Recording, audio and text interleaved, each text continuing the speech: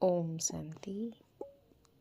आज 9/1/2025 प्रात मुरली ओम शांति बाप दादा मधुबन।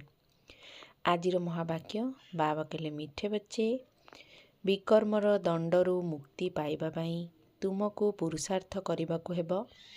एही अंतिम जन्मरे सबू हिसाब किताब जुक्त करी पवित्र हेबाकू पड़िबो। प्रश्न, धोकाबाज माया तुमर केउं प्रतिज्ञा को भांगिबा पाई चेष्टा करुछि? उत्तर, तुमे माने प्रतिज्ञा करिछ कौनसी भी देहधारी सहित मन लगाइबु नाही।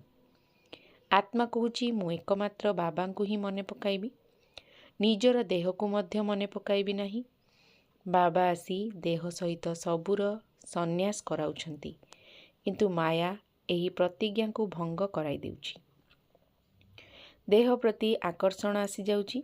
जेउ माने प्रतिज्ञा भंग करिथांती सेमानंकु बहुत दंड भोग करियाकू पड़िथाए। धारणा पाई मुख्य सार, कर्मातीत हेबा पाई बाबांकु सूक्ष्म बुद्धि द्वारा चिन्ही यथार्थ भावरे मने पकाइबाकू हेबो। पाठपढ़ा सहित जोग उपरे मध्य पूरा पूरा ध्यान देबाकू हेबो। निजकू मायार धोकारु रक्षा करिबाकू हेबो। काहार देह सहित मोह रखिबार नाही। एकमात्र बाबांक सहित ही सच्चा स्नेह रखिबार अछि। देह अभिमान रे आसिबार नाही। वरदान, ब्रह्म मुहूर्त समय रे वरदान नेउथिबा एवं दान देउथिबा बाबांक समान वरदानी महादानी भव।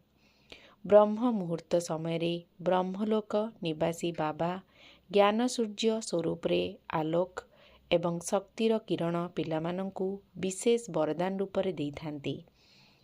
एहा सहित ब्रह्मा बाबा भाग्य विधाता रूपरे भाग्य रूपी अमृत बांटी थांती। केवल तुम मानकर बुद्धि रूपी कलश अमृत धारण करिबा योग्य हेबा दरकार। जदि कौनसी प्रकारर विघ्न बा बाधा नथिबो तेबे सारा दिन पाई श्रेष्ठ स्थितिर बा श्रेष्ठ कर्मर मुहूर्त बाहर करि पारिबो। काहेकि ना अमृत बेଳାର वातावरण ही मनोवृत्ति को बदलई देई पारिबो। सेथिपाई सेही समय रे वरदान नेबा सहित अन्य मानंकु मध्य दान दियो। वरदानी एवं महादानी हुओ। आजिर स्लोगान, क्रोधी आत्मार काम हेला क्रोध करिबा एवं तुमर काम हेला स्नेह देबा। ओम शांति।